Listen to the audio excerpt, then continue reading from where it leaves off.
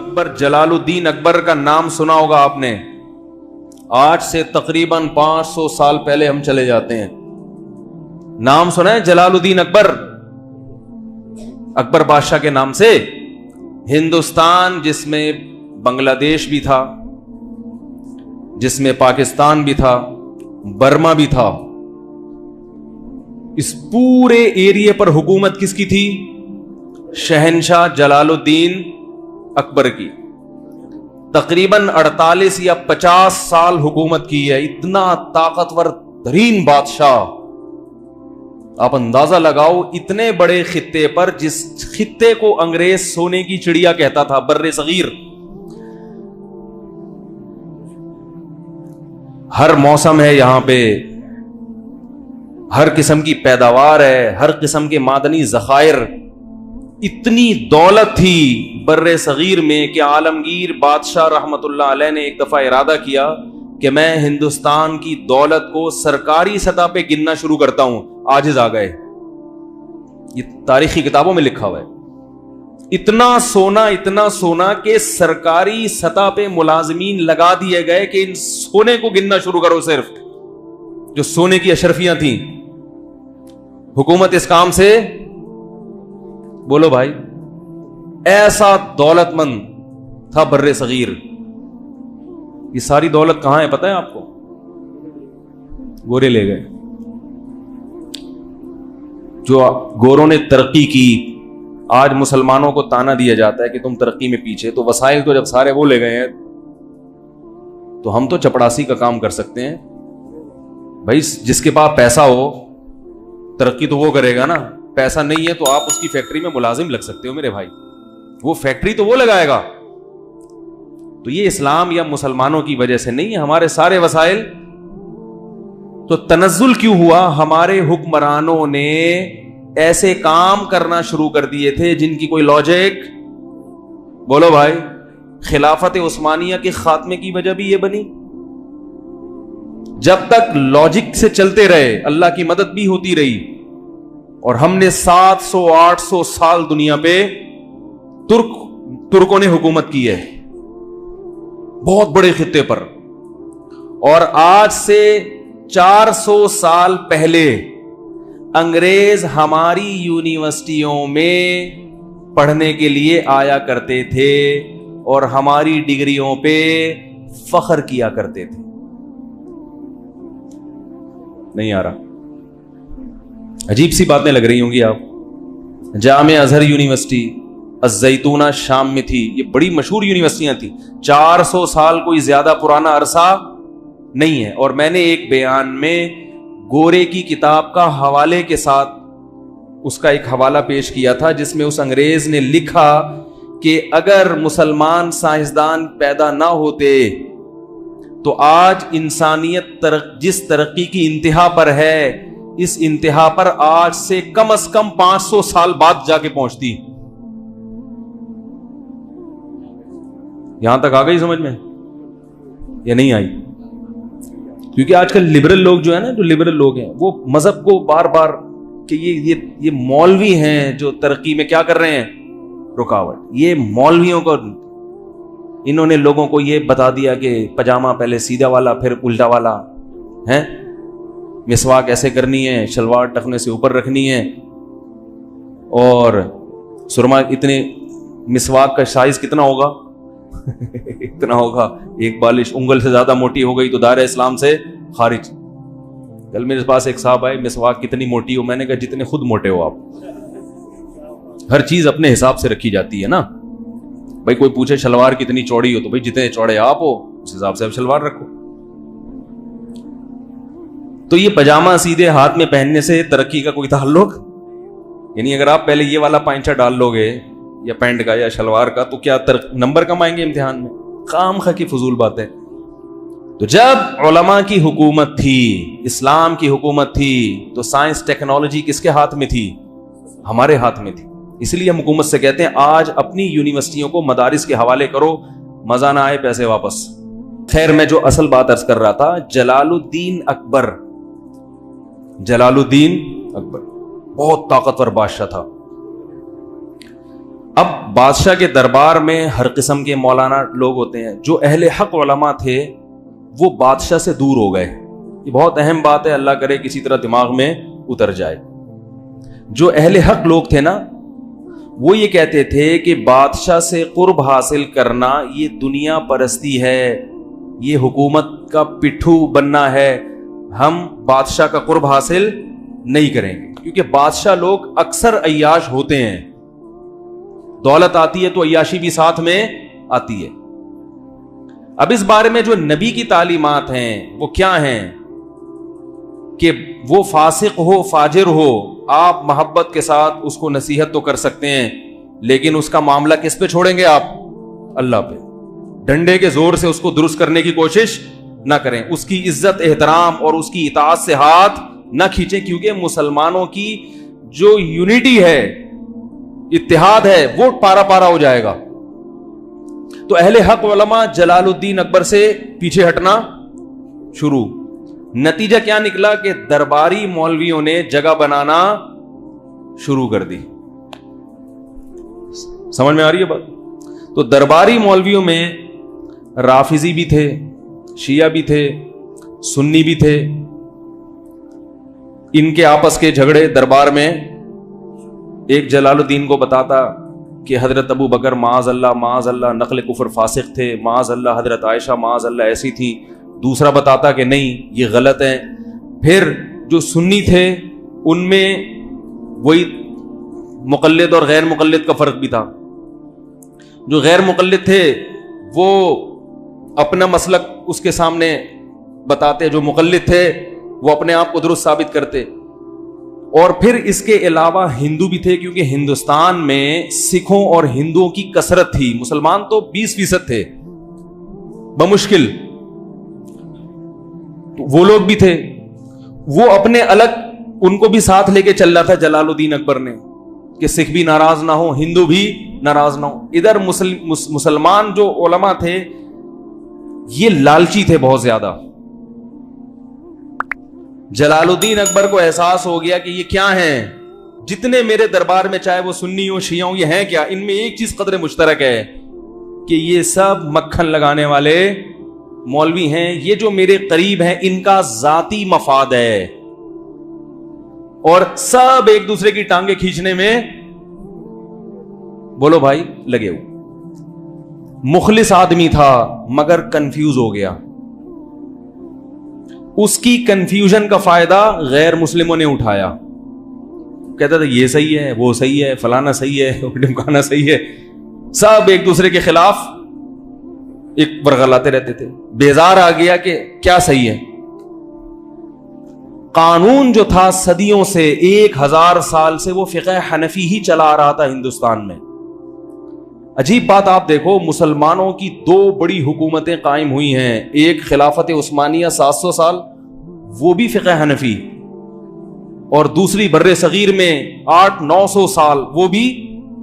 میرا مقصد مسلک کو پروموٹ کرنا نہیں ہے, میرا مسلک ان لوگوں سے جو صبح و شام فقہ حنفی کے خلاف بولتے ہیں کہ یہ گمراہ تھے, یہ ایسے تھے, ان کو نصیحت کرنی ہے کہ آپ فقہ حنفی کو قبول نہ کریں. کوئی زبردستی نہیں ہے. ہم یہ نہیں کہتے جو حنفی نہیں ہے وہ جہنم میں جائے گا, لیکن احناف کا جو آپ پر احسان ہے کہ 1000 سال تک آپ کو اسلام دشمنوں کے شر سے بچا کے رکھا اور آپ کی حفاظت کی, اور ان کی وجہ سے آج آپ کو کلمہ پڑھنے کی توفیق ملی ہوئی ہے, اسلام آپ کو ملا ہے, تو ان کے خلاف اتنا بغض رکھنا یہ شکر گزار لوگوں کا کام نہیں ہے. ایک صاحب کہنے لگے, ایک مشہور فتنہ پرست ہیں, یوٹیوب پہ ان کے کلپ آتے رہتے ہیں, کہ 700 سال جو خلافت عثمانیہ کی 500-700 سال جو حکومت رہی ہے حنفیوں کی, اس کی وجہ سے بڑا فساد آیا. سارا گڑبڑ کہاں سے آئی ہے؟ یہ نہیں دیکھ رہے کہ بچے ہوئے کس کی وجہ سے ہو آپ. اگر وہ نہ ہوتی تو یورپ آپ کو نوالا بنا کے, جب تک خلافت عثمانیہ تھی اسرائیل کا کوئی تصور بولو بھائی نہیں تھا. ایک احناف تھے جو اسلام کا دفاع کر رہے تھے, اور یہ جو خلافت عثمانیہ قائم ہوئی تھی یہ بھی جہاد کے ذریعے قائم ہوئی تھی. الیکشن کے ذریعے نہیں ہوئی تھی. اور یہ جہاد کا صحرا بھی سب سے زیادہ کس کے سر تھا؟ اسلام کے لیے لڑے کون تھے؟ دوسرے بھی لڑے ہیں, لیکن سب سے بڑا کردار کس کا تھا؟ احناف کا تھا. آج بر صغیر میں, ترکی میں اور بہت بڑے ایریے میں اگر کوئی کلمہ پڑھ رہا ہے تو یہ جو حنفی سلاطین گزرے ہیں, بادشاہ گزرے ہیں, یہ ان سلاطین اور ان حکومتوں کا احسان ہے کہ وہ لڑتے رہے اور اسلام کا دفاع کرتے رہے, جس کی وجہ سے آج ہم کلمہ گو ہیں. اگر یہ 500 سال پہلے خلافت ختم ہو چکی ہوتی تو آج شاید ہم کلمہ گو نہ ہوتے. یہ بغض ہے, عناد ہے جو مختلف طریقوں سے لوگ نکالتے رہتے ہیں. تو میں یہ عرض کر رہا تھا کہ جلال الدین اکبر جو تھا اس کے پاس مختلف قسم کے درباری اور فرقہ پرست مولوی مختلف مسلکوں کے بیٹھتے رہے, وہ کنفیوز ہوتا رہا. پھر ادھر سے سکھوں نے اور ہندوؤں نے بھی اس کو, تو آہستہ آہستہ وہ بگڑنا شروع. قصہ مختصر بتاؤں گا. ایسا بگڑا ہے کہ لبرل پنے کی انتہا کو پہنچ گیا. اس نے کہا یہ سب صحیح ہے. اگر کہتا سب غلط ہے تو بھائی حکومت غلط لوگوں پہ کر رہے ہو تم. بادشاہ کا کام ہوتا ہے نا سب کو جوڑ کے چلنا. تو اس نے کہا سب کیا ہے؟ صحیح ہے. اسلام بھی ٹھیک ہے اور ہندو بھی ٹھیک ہے, سکھ بھی ٹھیک ہے. بیزار آ گیا دین اور مذہب سے, یہاں تک کہ ایک وقت آیا کہ کلمے کا اس نے انکار کر دی. اب جو علماء تھے, جو اہل حق تھے, انہوں نے جلال الدین اکبر کے خلاف فتوے دینا شروع کر دیے, کیونکہ اس نے واضح لفظوں میں کفر کرنا شروع کر دیا تھا. خنزیر کی پوجا کرنا شروع کر دی اس نے, خنزیر کی عبادت. اتنا براڈ مائنڈڈ تو ہمارے زمانے میں بھی خنزیر کی ختنے پر پابندی لگا دی. بہت سارے الٹے الٹے کام کہ آج روح کانپ جاتی ہے, ایسا ہو گیا تھا. تو جب اس نے کفر کرنا شروع کیا اور بالکل واضح, تو علماء نے اس کے خلاف, بولو بھائی, بغاوت ہو نہیں سکتی تھی. اتنا طاقتور تھا کہ ذرا سی اس کو بھنک پڑ جاتی, اس کے سر قلم. بہت پاورفل آدمی تھا. 48 سال جس نے حکومت کی ہو معمولی تو نہیں ہے نا, اور بادشاہوں کے خاندان میں پیدا ہوا ہو, حکومت کرنا جانتا بھی ہو. تو نتیجہ یہ نکلا کہ آہستہ آہستہ ہندوستان میں جو عدالتوں میں اسلام رائج تھا وہ بھی عدالتوں سے ختم ہونا, کیونکہ پہلے حکومت خراب ہوتی ہے, پھر لا چینج ہونا شروع ہو جاتا ہے. علماء اس کے خلاف ہو گئے. کوئی عالم اگر اس کو سمجھانے کے لیے, بادشاہوں کو جب بھی سمجھایا جاتا ہے تو پہلے ان کی عزت اور تعظیم, بادشاہ کو سمجھانے کا وہ طریقہ نہیں ہوتا حکومت کو سمجھانے کا جو ایک ملازم کو سمجھانے کا ہوتا ہے. کیا خیال ہے بھائی؟ ملازم کو آپ ایک دفعہ بولے کہ بھائی انسان کا بچہ بن جا, تیرے کو میں نے کیا کر گیا تھا, اس پہ وہ اپنی بے عزتی محسوس نہیں کرے گا. بادشاہ کو اگر آپ بولے کہ انسان کے بچے بن جاؤ, اس کے منہ پہ جب آپ ایسے بولو گے تو وہ آپ کو کچھ اور بنا دے گا. اس موقع پر مجدد الف ثانی, الف ثانی کا مطلب دوسری 1000ویں صدی, 1000 سال ختم ہو چکا تھا اور دوسرا 1000واں ہجری کا. حدیث میں آتا ہے نا, اللہ تعالیٰ ہر صدی کے شروع میں کسی ایسے مجدد کو بھیجے گا تو دین کی تجدید کرے گا. یہ صحرا مجدد الف ثانی رحمت اللہ علیہ کے سر جاتا, اور یہ وقت کے بہت بڑے عالم تھے اور تصوف میں بھی انتہا کو پہنچے ہوئے تھے. تصوف کا تذکرہ بھی اس لیے کر رہا ہوں تاکہ تصوف کا بغض جو آپ کے دلوں میں بھرا ہوا ہے نا وہ بھی نکالوں. صوفیوں کی 2 قسمیں ہیں, ایک بدعتی اور ایک قرآن و سنت کے پابند. آپ تصوف کا سرے سے ہی انکار کر دو, یہ غلط ہے, یہ غلو ہے, یہ مبالغہ ہے. دین کی خدمت میں, دین کو بچانے میں جہاں مجاہدین کا بہت بڑا کردار ہے, صوفیاء کرام کا کردار بھی کسی سے کم نہیں ہے. اور جہاد میں بھی صوفیاء کا بہت بڑا کردار ہے. اکثر بڑے بڑے جو اسلامی تاریخ میں ہیروز گزرے ہیں وہ کسی بزرگ سے ان کا باقاعدہ اصلاحی تعلق تھا اور کسی کی صحبت میں رہ کے انہوں نے اللہ اللہ کرنا سیکھا تھا. جب تک اللہ کے عشق کی چنگاری بزرگوں کی صحبت میں رہ کے دل میں نہیں لگتی, اس وقت تک اتنے بڑے کارنامے انجام دینا انسان کے لیے بہت مشکل ہے. خشک علم جو ہے نا, خشک علم, یہ انسان سے کوئی بڑا کام نہیں کرواتا. تو مجدد الافسانی رحمت اللہ علیہ نے پورے بر صغیر کا سفر کیا اور اس کا ارادہ کیا کہ اکبر بادشاہ کا قرب حاصل کر کے, محبت کے ساتھ اس کی تعظیم کر کے, بہت آرام سے, امن اور شانتی کے ساتھ اس کو رام کرنے کی, بولو بھائی, کوشش. اور یہ ظاہر اس کو پہلے ثابت کر دیا جائے اپنے عمل سے کہ نہ ہمیں حکومت کی لالچ اور نہ ہمیں پیسوں, نہ ہمیں کوئی مدرسے کا چندہ چاہیے آپ سے. آج کوئی کسی حاکم سے ملتا ہے نا, اس کو نماز سمجھانے کے لیے زکوٰۃ, تو وہ سمجھ جاتا ہے کہ مقصد کیا ہے مدرسے کا. مدرسے کا چندہ لینا بھی کوئی بری بات نہیں ہے, لیکن ایسے موقع پہ لینا. مجھے ایک صاحب کہنے لگے, وہ کیا بیان ہوا تھا میرا زبردست, تو انہوں نے کہا اب آپ ایک چندے کا بھی اعلان کریں. میں نے کہا اگر میں نے ابھی کوئی بھی کام ہو, چاہے غریبوں کے لیے چندہ کیوں نہ ہو, میں نے ابھی اعلان کیا تو لوگ بولیں گے مولوی صاحب چورن بیچنے آئے تھے. کیا بیچنے آئے تھے؟ چورن بیچ. پہلے نماز روزہ زکات, ہاں بھائی وہ مسئلہ یہ کہ وہ شاباش جیبیں خالی کرو. تو ہر چیز کا ایک موقع ہوتا ہے, چندے کے خلاف نہیں ہے. چندہ نبی صلی اللہ علیہ وسلم نے بھی کیا ہے, مگر استغنا کے ساتھ ہو.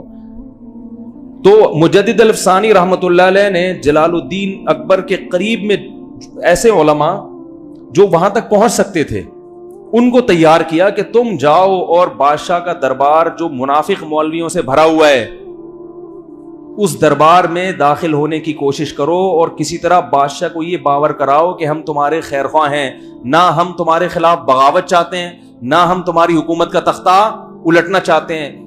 بہت محبت سے بڑی اس کی ایک, میں نے اس پر ایک پورا بیان کیا تھا JTR میڈیا کے, اس سے پوری تاریخ آپ لوگوں کے سامنے 20-30 منٹ میں نا پورے تاریخ کا خلاصہ پیش کیا تھا. ابھی وہ تو میں نہیں بتا سکتا کیونکہ وہ پورا جو میں اصل جو میسج دینا چاہتا ہوں وہ رہ جائے گا.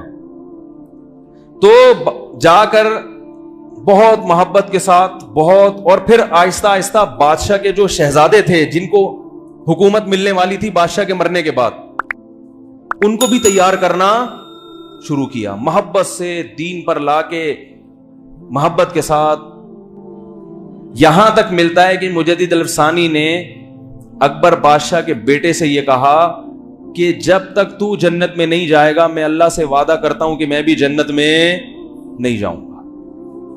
میں اللہ سے تیری اتنی سفارش کروں گا.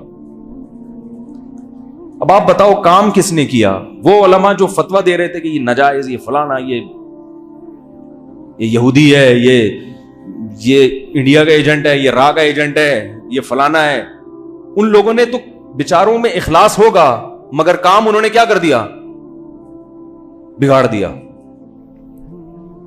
کیونکہ پاور تو اسی کے پاس ہے نا. آپ کے اس کے فتویٰ دینے سے اگر اس کا تختہ الٹ رہا ہوتا, کوئی دوسری حکومت آ رہی ہوتی, پھر تو فتووں کا فائدہ تھا. طاقت اس کے پاس ہے, قوت اس کے پاس ہے. اس قسم کے فتوے صحیح ہونے کے باوجود حکمت اور مصلحت کے ہر صحیح بات ہر ایک کے سامنے کرنے کی نہیں ہوتی. تو مجدد الافسانی رحمت اللہ علیہ نے ایسی پوری ٹیم تیار کر لی علماء کی جو حکومت کے دربار میں داخل ہونے میں کامیاب اور بادشاہ کی نظروں میں قرب حاصل کرنے میں کامیاب. بادشاہ کو یہ احساس ہو گیا کہ یہ لالچی لوگ نہیں ہیں. کہا جاتا ہے کہ اکبر جو خنزیر کی پوجا کیا کرتا تھا, ختنے پر اور پابندی لگائی اور اسلامی شعار پر پابندی لگائی, مرنے سے پہلے کلمہ پڑھ کے دنیا سے رخصت ہوا ہے. لیکن وہ کام نہیں کر سکا جو اس نے خرابیاں پھیلائی تھیں. اکبر کے بعد جب اس کے بیٹے کے ہاتھ میں حکومت آئی ہے تو وہ نسبتاً اکبر سے, کیونکہ اس پہ محنت ہو چکی تھی. جو تبلیغ والے جا کے پاؤں پکڑتے ہیں نا, مالش والش بھی کرنے لگے ہیں, ٹھیک ہے نا. ہمارے ایک استاذ کہہ رہے تھے دیکھو بھائی بھائی کرتے کرتے پوری دنیا میں سب سے بڑی تنظیم بن چکی ہے، پوری دنیا کی سب سے بڑی. علم کے بغیر انسان گمراہی کی طرف چلا جاتا ہے، چاہے کتنا ہی مخلص کیوں نہ ہو. تاریخ میں بڑے بڑے مخلصین ہیں جو گمراہ ہوئے ہیں. تو بالآخر اکبر کی اولاد میں عالمگیر بادشاہ پیدا ہوئے ہیں، اور وہ مجدد الفسانی رحمت اللہ علیہ جو ٹیم تیار کر کے دنیا سے جا چکے تھے. حضرت مجدد الفسانی کا تو انتقال ہو چکا تھا، لیکن عالمگیر بادشاہ پیدا ہوئے، وہ مجدد الفسانی کی محنتوں کا نتیجہ تھے. اور عالمگیر بادشاہ رحمت اللہ علیہ یہ وہ ہندوستان کی تاریخ میں بادشاہ ہیں جس کی انگریز بھی آج ایمانداری کی تعریف. انہوں نے بیت المال سے تنخواہ لینا بند، ٹوپیاں سی کے اپنا پیٹ پالا کرتے تھے، قرآن کی کتابت کر کے اپنا پیٹ. ارے اتنا طاقتور بادشاہ جنہوں نے عالمگیر رحمت اللہ علیہ نا وہ گننا شروع کیے خزانے، عاجز آ گئے. اتنا پاورفل بادشاہ، اور گھر کا چولہا کیسے جلتا ہے؟ بولو بھائی، یہ کس کی محنت تھی؟ مجدد الفسانی رحمت اللہ علیہ کی محنت تھی یہ. کیوں؟ انہوں نے لاجک کو دیکھا، اسباب کو دیکھا. بھائی ایک بادشاہ اس سے لڑ کے کام نہیں بنے گا، اس کو محبت کے ساتھ. تو یہ مولویوں سے بیزار ہو گیا نا، لالچی مولویوں سے. اس کے سامنے پہلے یہ ثابت کر کے دکھاؤ کہ ہماری نظر نہ حکومت پہ ہے اور نہ تمہاری جیب پہ. کیسی محنت کی. عالمگیر رحمت اللہ علیہ پیدا ہوئے. ایک عالمگیر جو خود کھاتے تھے نا ابلے ہوئے چاول اور دال، وہ ملازمین، شاہی خاندان کے جو ملازمین تھے وہ بھی وہی کھایا کرتے تھے.